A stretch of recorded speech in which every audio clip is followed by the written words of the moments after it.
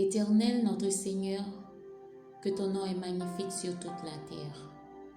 Ta majesté s'élève au-dessus des cieux.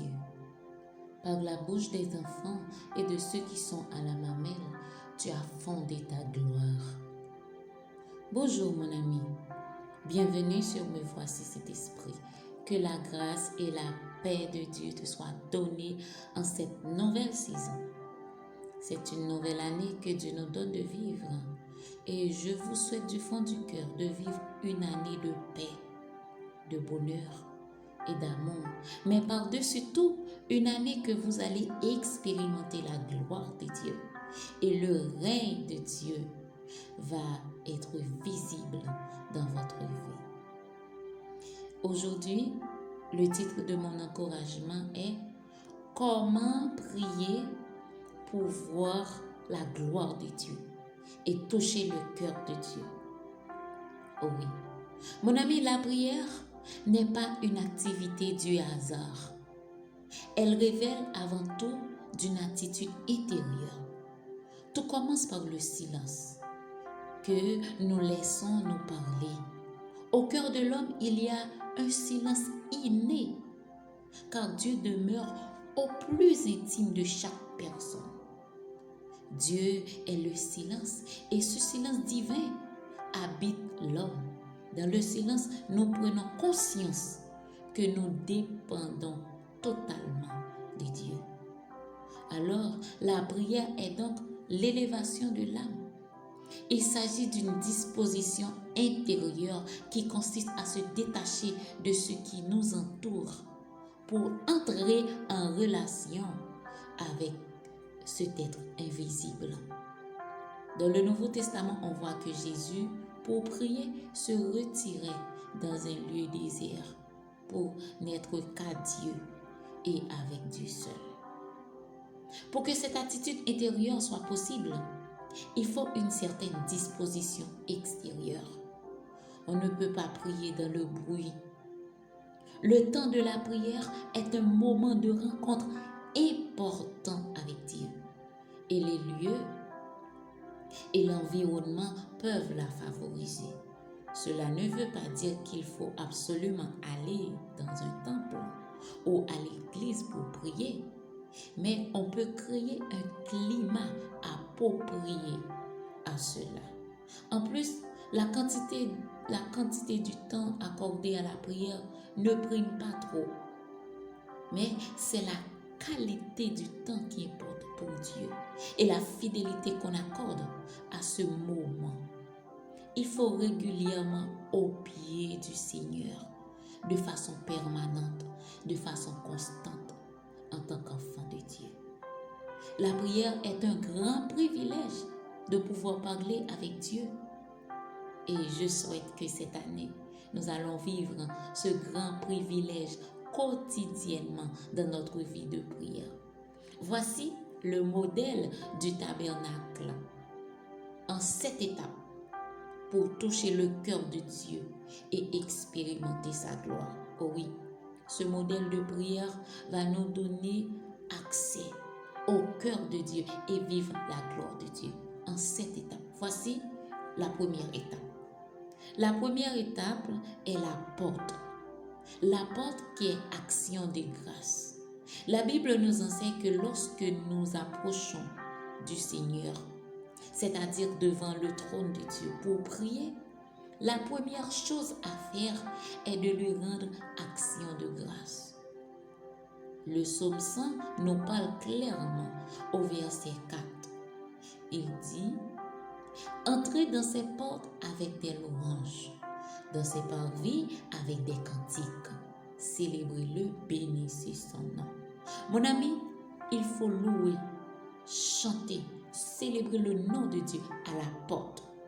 Le remercier avec des psaumes, des cantiques, des paroles. Et si vous ne voulez pas utiliser les psaumes ou les paroles de la Bible, vous pouvez faire une liste des choses que Dieu a faites pour vous, pour le remercier. Par exemple, pour la vie qu'il vous a accordée, la santé, pour ta famille, la protection, les réponses des prières exaucées, Ils sont tellement nombreux, vous n'allez pas pouvoir tous les compter. Comme a dit un cantique, le numéro 126 français, Chant d'espérance. Comptez les bienfaits de Dieu, mets-les tous devant tes yeux. Tu verras en adorant combien le nombre en est grand. Donc, la première étape qui est la plus importante pour une prière efficace, mon ami, c'est l'adoration et l'action de grâce. Deuxième étape. À la deuxième étape du modèle de prière du tabernacle est l'autel des reins. Là, c'est la consécration. La consécration est basée sur l'amour du Seigneur pour nous, mais elle est aussi basée sur le droit du Seigneur. Cette vérité nous est révélée dans 1 Corinthiens 6, le verset 19-20. Ne savez-vous pas que votre corps est le temple du Saint-Esprit qui est en vous, que vous avez reçu de Dieu et que vous ne vous appartenez point à vous-même, car vous avez été rachetés à un grand prix. Glorifiez donc Dieu dans votre corps et dans votre esprit qui appartiennent à Dieu. Notre Seigneur a donné sa propre vie pour nous. Il est même devenu la rançon pour nous racheter à lui. Le sang que le Seigneur a versé sur la croix est le prix qu'il a payé. Ainsi, pour ce qui est du droit du Seigneur sur nous, nous lui appartenons. Le psaume 100 nous déclare aussi cette vérité. Nous sommes son peuple et le troupeau de son pâturage. Alors, nous devons comprendre clairement que nous sommes ceux qui ont été rachetés par le Seigneur Jésus-Christ. Il nous a rachetés au prix fort.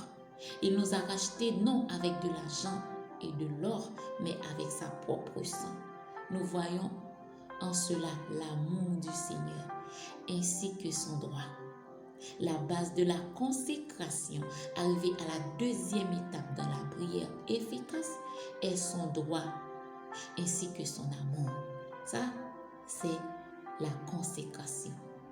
C'est un droit légal.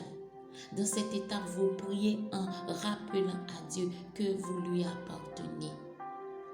Vous vous consacrez tout entier au Seigneur.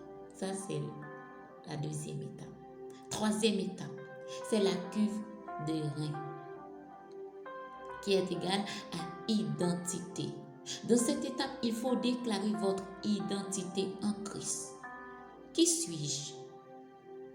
Une question que vous ne vous êtes peut-être pas posée, mais à laquelle la Bible répond dans de multiples passages. Beaucoup d'entre nous se définissent au travers de leur métier, de leur situation familiale, de leur position, de leur passion, de leur caractère ou de ce qu'ils possèdent. Mais ce n'est pas de cette manière-là que Dieu nous voit. Notre identité en Christ est que nous devenons est ce qui nous devenons après notre conversion. Oui, voici ce que la Bible ou la parole de Dieu nous révèle à ce sujet, au sujet de votre identité. Je suis élu et bien-aimé.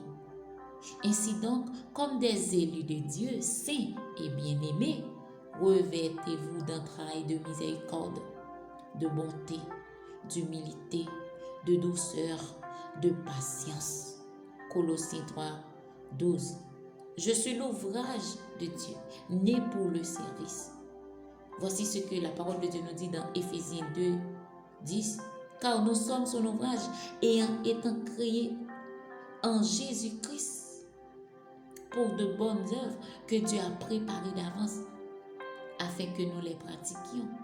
Alors, à la troisième étape de la prière, vous vous identifiez avec Christ. Vous dites que Seigneur, je m'identifie à toi. Je suis né de toi. Je suis justifié. L'homme nouveau, créé selon Dieu dans une justice et une sainteté que produit la vérité que nous trouvons dans Éphésiens 4, 24. Oui. nous appartenons à Dieu et nous sommes en Christ et pour Christ. Mais ça qui fait nos mondes devant Dieu, rien encore. À la troisième étape, il faut déclarer votre identité. Vous devez savoir clairement qui vous êtes en Christ. Quatrième étape, c'est le chandelier d'or qui est la plénitude du Saint-Esprit. La plénitude. Dans cette étape de la prière, on recherche et on demande à Dieu de vous remplir de son esprit. Connaissez-vous la plénitude du Saint-Esprit dans votre vie? D'après Jean 3, 1 à 18, un homme devient chrétien sous l'action du Saint-Esprit au moment de sa naissance spirituelle. Le Saint-Esprit entre en lui pour toujours. Romains 8, 9, 1 Corinthiens 3, 16. Bien que le Saint-Esprit demeure dans tous les chrétiens, tous ne sont pas remplis du Saint-Esprit. C'est-à-dire qu'ils ne marchent pas tous sous sa conduite et dans sa puissance. Le Saint-Esprit ne vit pas dans le cœur de celui qui n'a pas encore reçu Jésus-Christ comme son Sauveur et Seigneur. La Bible nous dit, l'homme naturel ne reçoit pas les choses de l'Esprit de Dieu, car elles sont une folie pour lui, parce que c'est spirituellement qu'on en juge. Et bien, dans cette étape, on prie pour trouver la puissance du Saint-Esprit. On proclame, on cherche la puissance du Saint-Esprit dans la prière. Cinquième étape, c'est par la prière que s'exprime notre foi. Et arrivé au cinquième étape, on prie la parole de Dieu. La cinquième étape, c'est la table des pains. Table des pains. La parole de Dieu est notre pain que nous devons prendre chaque jour. Cette étape nous enseigne que nous devons prier selon la parole de Dieu. Et pour que cela soit possible, il faut connaître la parole. Et pour connaître la parole de Dieu, il faut la lire et la méditer. Car Matthieu 4,4 nous dit, l'homme ne vit pas seulement de pain, mais de toute parole qui sort de la bouche de Dieu. Ne comprend pas d'autre. Dieu ne comprend pas d'autre langage que sa parole. Non. Lorsque vous vous présentez devant Dieu dans votre prière, il faut venir avec sa parole. Oui, en priant, il faut prier en accord avec la parole de Dieu. Parce que, mon ami, il y a dans la Bible des versets pour toutes sortes de situations que nous pourrions nous exposer, pour lesquelles nous avons besoin de prier. Avant même de commencer votre prière, il faut connaître quel passage dans la Bible qui parle de votre situation et approchez-vous devant Dieu avec cette parole. Pour prier Dieu, il faut savoir et connaître la parole de Dieu. Et c'est à la cinquième étape. Arrivé à la sixième étape, c'est l'autel des parfums. C'est à l'autel des parfums qu'on intercède maintenant. C'est là qu'on plaide. On demande la manifestation du royaume de Dieu sur terre. On prie pour le monde. On fait sa demande. On prie pour le pays, pour les gouvernements, pour les familles, pour les amis. On prie pour toutes sortes de besoins. Comme a dit dans Philippiens 4, verset 6, ne vous inquiétez de rien, mais en toutes choses, faites connaître vos besoins à Dieu par des prières et des supplications avec des actions de grâce. À la sixième étape de la prière, c'est là qu'on porte à Dieu nos fardeaux, nos besoins. Vous voyez, mon ami, on fait sa demande jusqu'à la sixième étape. Et pourtant, plusieurs d'entre nous, lors même nous commençons à prier notre Seigneur, on ne fait que lui demander, donne-moi ceci, donne-moi cela. C'est pour cela que Jacques a dit que nous prions Nous demandons, mais nous ne recevons pas parce que notre prière est mal formulée. Oui, nous avons mal prié. Mon ami, il y a une façon de faire. Si on veut vivre les résultats de notre temps de prière, il y a une façon de faire, il y a une façon de prier. Et ce modèle du tabernacle nous enseigne comment prier efficacement. 7e étape, qui est la gloire, c'est l'arche de l'alliance. C'est l'étape la plus importante, car c'est là que Dieu donne des révélations profondes, des signes, des réponses à nos demandes, des stratégies pour de nouveaux combats. Pour cela, il faut arriver à la 7e étape. Il faut vous attendre. Attendez. Il faut écouter, faire silence à Dieu. Parce que c'est là que Dieu va vous parler. Il faut observer. Il est impossible de manifester ce qu'on n'a pas. Et pour manifester la gloire de Dieu, il est important de comprendre qu'on possède la gloire de Dieu et découvrir comment faire pour activer et manifester cette gloire. Mon ami, vraiment, il faut haïr l'endroit où on se trouve pour pouvoir passer à un autre niveau. Tant qu'on se plaît au niveau où on se trouve, il est impossible de changer. Tant qu'on est satisfait des miracles et du niveau de manifestation de Dieu d'hier, il est impossible de manifester plus aujourd'hui. Et pour manifester la gloire de Dieu, il faut être amoureux de Dieu. Il faut être passionné de Dieu. Il faut aimer la présence de Dieu. Il faut désirer plus de lui chaque jour. Oui, la gloire de Dieu est toujours associée à une maison. Regardez ce verset. Éternel, j'aime le séjour de ta maison, le lieu où ta gloire habite. Le psaume 26, verset 8. Dieu a besoin d'un endroit où attirer, d'une adresse à partir de laquelle il se manifestera. C'est pour cela qu'il a demandé à Israël de lui bâtir une maison. La gloire de Dieu est localisée et se manifeste dans une maison. Et cette maison, c'est vous. Cette maison, c'est moi, le temple du Saint-Esprit, qui sert de quartier général. Oui, cette maison, c'est vous qui sert de quartier général à partir duquel Dieu peut se manifester. Nous sommes sauvés dans nos familles afin que Dieu ait un quartier général à partir duquel il se manifeste. Oh mon ami, je prie vraiment que nos vies soient des habitations de la gloire de Dieu. Dieu nous a sauvés, sanctifiés en Christ pour habiter en nous. Bien-aimés, nous sommes le temple du Saint-Esprit. Dieu n'est pas un visiteur. Non, Dieu est habité en nous.